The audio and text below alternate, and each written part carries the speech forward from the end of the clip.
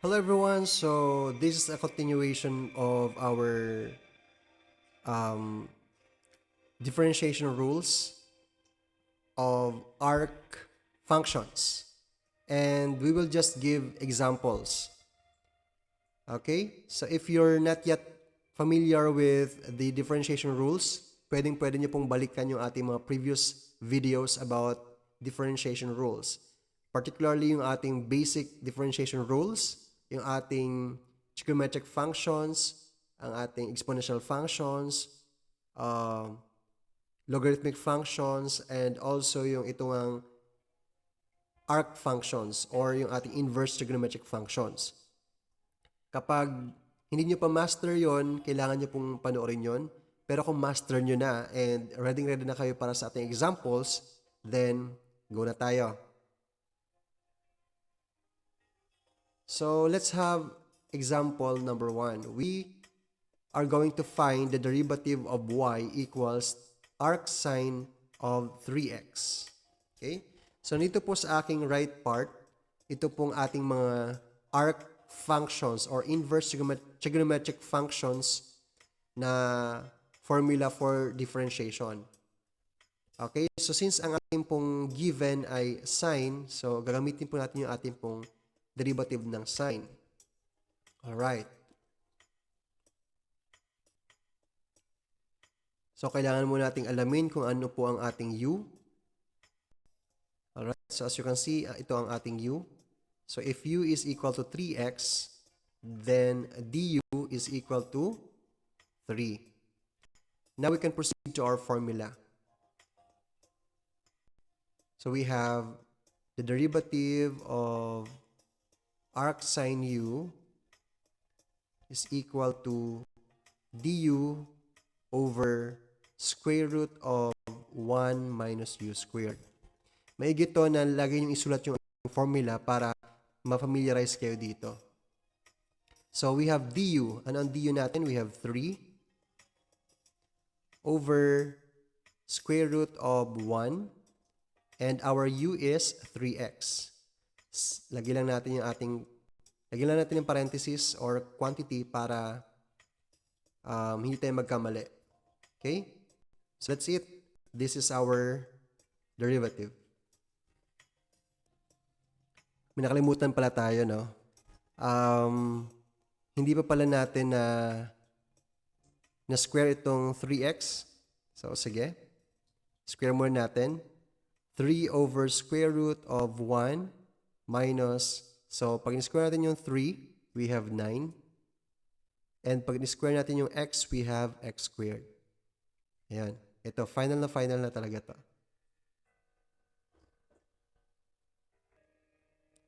Now, let's find the derivative of y equals arc sine of x squared minus 2. Okay, so again, let's find our u. And yung u natin dito ay x squared minus 2. Our du is equal to 2x. Yeah, 2x na lang. Now, let's use our formula again.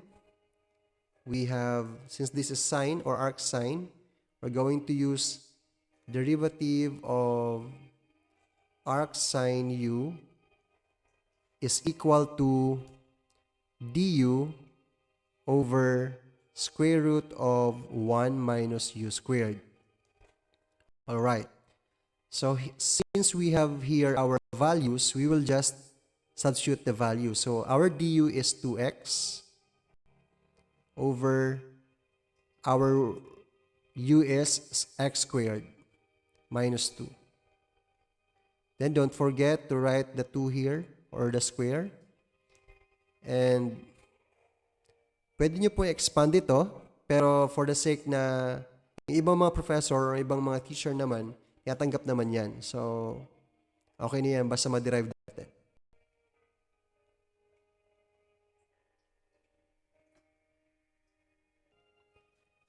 Pero kung ayaw tanggapin, then solve natin. So, we have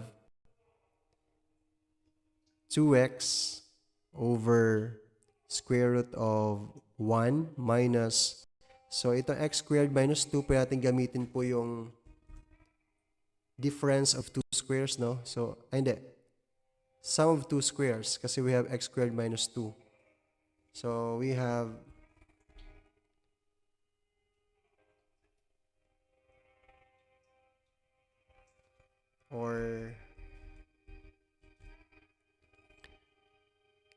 kapag kinuha natin yung ating pong square nito, pwede nating i-square yung first term.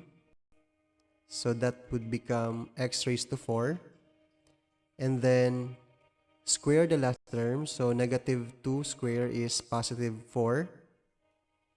And then to get the middle term, since this is negative, so we will just have the negative sign.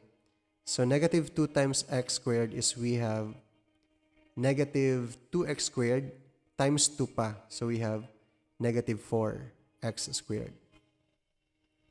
Ulitin ko, yung ginawa po natin kanina ay yung natawag nating yung shortcut para po sa pag meron kayong makitang squares na binomial. No? So again, ang ginawa ko sa ating first term, in-square ko lang. Tapos, square din ang last term or second term. And then, para makuha yung middle term, ang gagawin mo lang ay i-multiply yung first term at saka second term. So, you have negative 2 times x squared, you will get negative 2x squared. And then, i-multiply pa ng 2. Okay? Or ita-twice ninyo.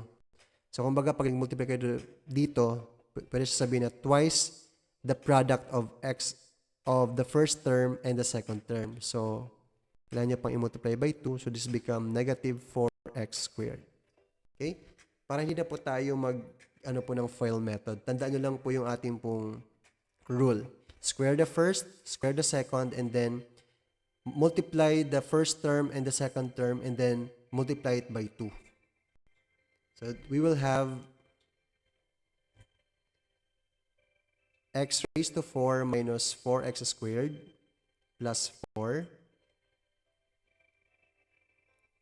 Or, we will just change the sign kasi may quantity pa tayo. So, this becomes 2x over the square root of 1 minus x raised to 4 plus 4x squared plus 4. Minus 4. Okay? So, ito ay kung sakaling hindi tanggapin yung inyo pong sagot na to. Okay?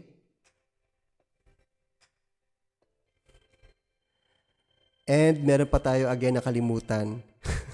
So, ito pong constant po natin. Ayan, so we have 1 and 4. 1 and negative 4. Kailangan pa natin i-combine yan. So, we have, ito, final na talaga to. So, we have the square root of 1 minus 4, that will become negative 3. And then we have, or unahin na lang muna natin itong,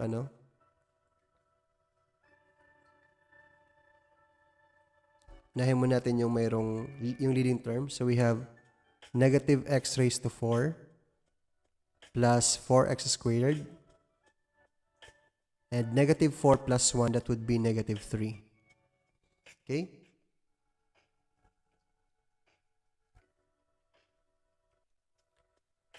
Let's have another example. We have y equals arctangent 6x. Alright. So, since this is arctangent, so ito ang gagamitin po natin, no?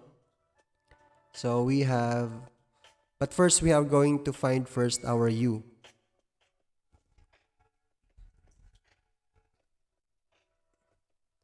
So, u equals 6x, and the derivative of u is 6. Now, we can use our formula. We have the derivative of arctangent u is equal to du over 1 plus u squared. Now, since we have the values of u and du, we will just substitute it to the formula. du is 6. And we have 1 plus our u is 6x. So we have 6x squared. Again, let's compute. We have 1 plus 6 times 6, that is 36. X times x, that would become x squared. So you have here, this is your final answer. Now what if we have y equals 3x squared arc tangent 2x? So, makikita ninyo dito na meron tayong dalawang function. Ito pong ating pong 3x squared and we have arc tangent 2x. Okay, so we can represent this as u and v. No? So, our u is equal to 3x squared. Our du is, derivative of u is 3 times 2, that is 6x. While v is equal to arc tangent 2x. And the derivative of our arc tangent 2x will be this. No? So we will use the formula. We have du. So that will be, okay. So gagamitan naman natin ng w sa part na to, no? Kasi nagamitan na natin siya ng u at saka v. Ang letrang hindi natin na nagagamit pa ay yung ating w. So let's try na gawin natin itong w. So ang magiging formula natin ay, instead na du, papalitan natin magiging dw over 1 plus w squared. Now, ang w natin dito ay 2x and ang dw ay, derivative ng 2x is 2. Okay? So this becomes 2 over 1 plus, our w is 2x squared. Huwag natin kalimutan yung squared. Simplify na lang natin. So we have 2 over 1 plus, okay, square nitong 2x, that would be 4x squared.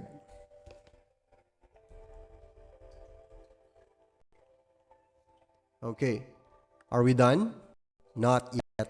Kasi nga po, ito po ay u and v. And magkatabi po sila. That means ang formula or ang operation niyan ay multiplication. So we are going to use what kind of rule?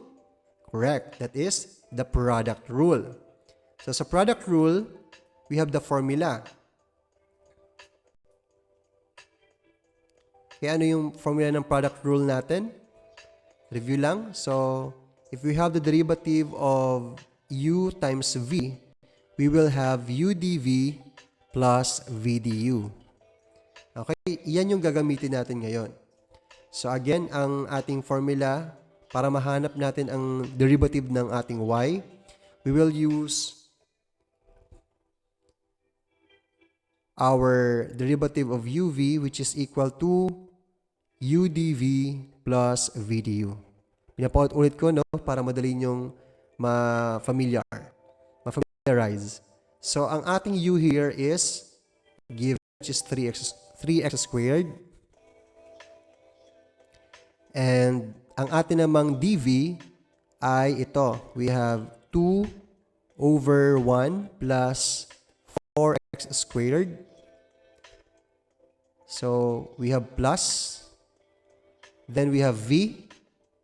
Ang v natin is arc tangent 2x times natin sa ating du raw. So, ang du natin is 6x. Alright?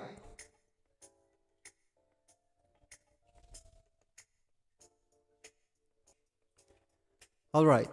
So, we will just simplify this one. So, we have 3x squared times 2, that would be 6x squared over 1 plus 4x squared plus 6x times arctangent 2x. Okay. So, sa totoo lang, ito po, pwede na po ito. No? Kung ako po yung teacher nyo, pwede na po yan. Kasi gusto ko lang makita na kung na-apply nyo ba yung inyo pong, yung formula na to. Okay? Pero, may mga teacher na sadyang kailangan pa talagang or gusto nila na kailangang i-simplify talaga, no? To the max na simplification. Pero kung ako ang teacher nyo, okay na ako dito. Pero dahil nga may mga teacher na ganun, sagutin na lang natin para walang gulo. So we have, okay, as you can see here, pwede tayong ng 1 dito. Kasi nga ito po ay kailangan same fraction para madali tayong mag-solve ng fraction. So ang mangyayari, magiging, apply nyo lang yung aking shortcut method, no? So, pag makikita kayo ng ganito, gawin nyo lang, smile, smile daw. So, ibig sabihin niya, multiply nyo daw ang denominator. So, you have 1 plus 4x squared times 1. So, 1 plus 4x squared pa din. And then, cross. So, you have 6x squared times 1, that is 6x squared. And, so maglagay tayo ng plus. Kasi plus yung ating operation dito. And then, another cross. So, bayin natin. Ito yung kulay. Ayan.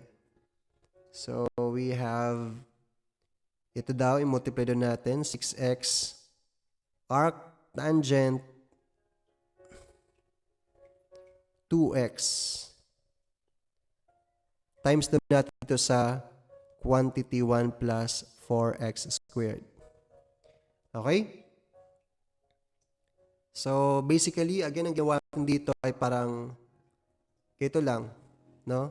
Smile, then cross-cross. Kunyari, you have A over B plus C over D. Ang kailangan nyo lang gawin ay mag-smile. So, you will get B times D, that would be BD. And then, cross-cross. Okay? That means yung cross multiplication. So, A times D, that would be AD, plus B times C, that is BC. So, basically, yun lang ang ginawa natin dito. Ito yung ating A, ito yung ating B, ito yung ating C, ito yung ating D. Alright? So, yan. Ngayon, yung sakaling, syempre, ito, nandito na to, no? Kung gusto pa natin tong i-simplify pa, kaya pa ba? Okay, base dun sa module, sinimplify niya pa talaga. Alright?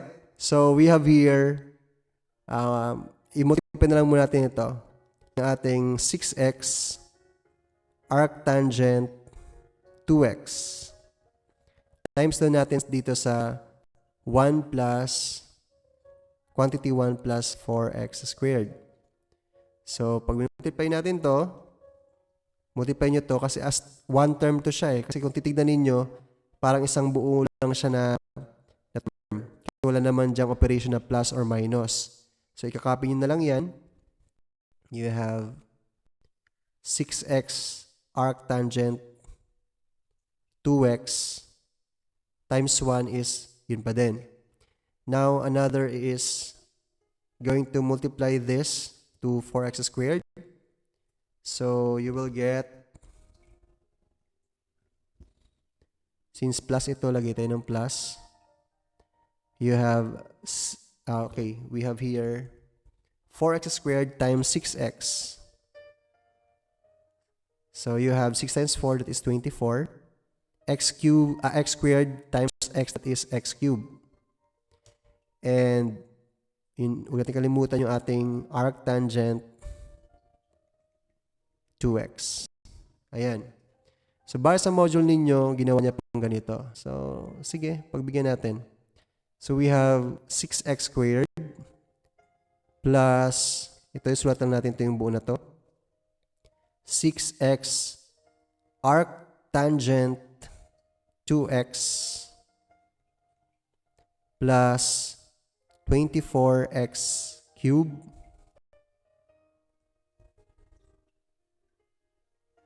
times space.